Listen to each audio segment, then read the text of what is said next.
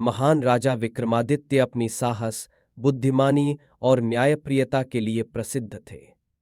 एक दिन उज्जैन में एक तांत्रिक आया और उसने राजा विक्रमादित्य से कहा, हे राजन, शमशान घाट पर एक विशेष बेताल भूत रहता है जो अत्यंत शक्तिशाली है।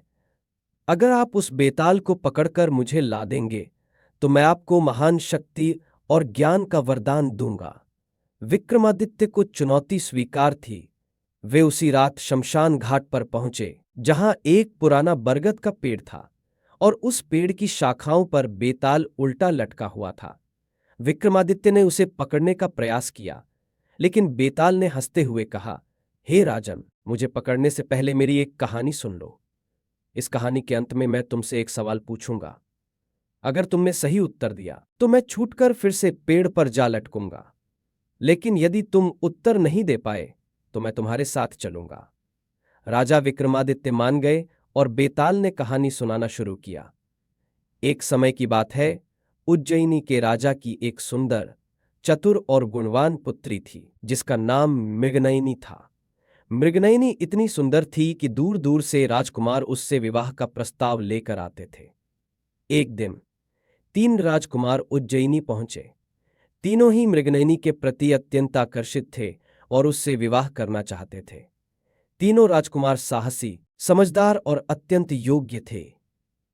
इसलिए राजा उलझन में थे कि अपनी पुत्री का विवाह किससे कराएं। राजा ने एक उपाय सोचा। उन्होंने तीनों राजकुमारों से कहा, जो भी मृगनयनी के लिए सबसे मूल्यवान वस्तु लाकर देगा, उसी के साथ उसका विवाह होगा। तीनों राजकुमार अपनी यात्रा पर निकल पड़े। पहले राजकुमार ने एक दुर्लभ और अमूल्य हीरा प्राप्त किया। यह हीरा इतना कीमती था कि उसकी चमक ने सभी को मोहित कर लिया। उसने हीरा राजा को भेंट करते हुए कहा, यह हीरा मृगनयनी के लिए है। यह उसकी सुंदरता में 4 चांद लगाएगा। दूसरे राजकुमार ने एक जादुई दर्पण प्राप्त किया। यह दर्पण किसी व्यक्ति का भविष्य दिखा सकता था। जब वह उस दर्पण में देखता तो उसे मृगनयनी का भविष्य दिखाई देता। उसने राजा को दर्पण भेंट करते हुए कहा, यह दर्पण मृगनयनी के लिए है। इससे वह अपने भविष्य को देख सकेगी और अपनी सुरक्षा का ध्यान रख सकेगी। तीसरे राजकुमार ने एक जादुई औषधि प्राप्त की जिसमें किसी भी मृत व्यक्ति को जीवन देने की शक्ति थी।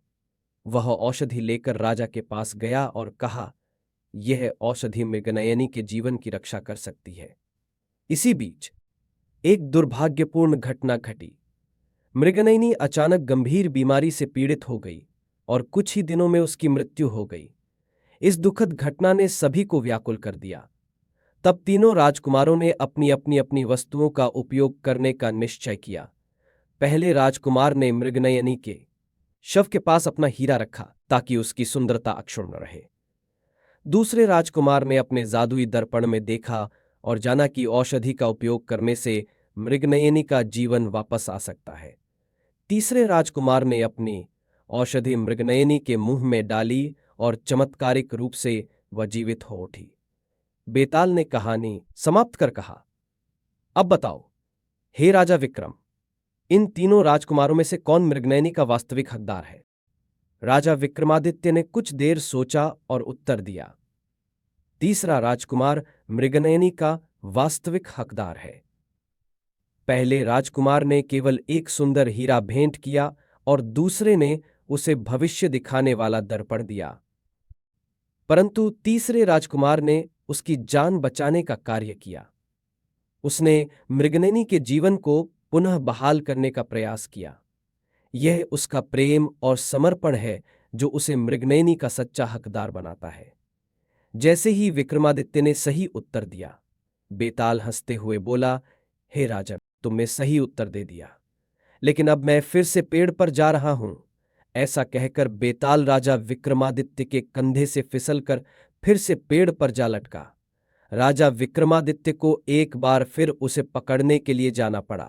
इस तरह विक्रमादित्य और बेताल के बीच कहानियों का सिलसिला जारी रहा और हर बार एक नई कहानी से राजा विक्रमादित्य की बुद्धिमत्ता और न्यायप्रियता का प्रमाण मिलता रहा।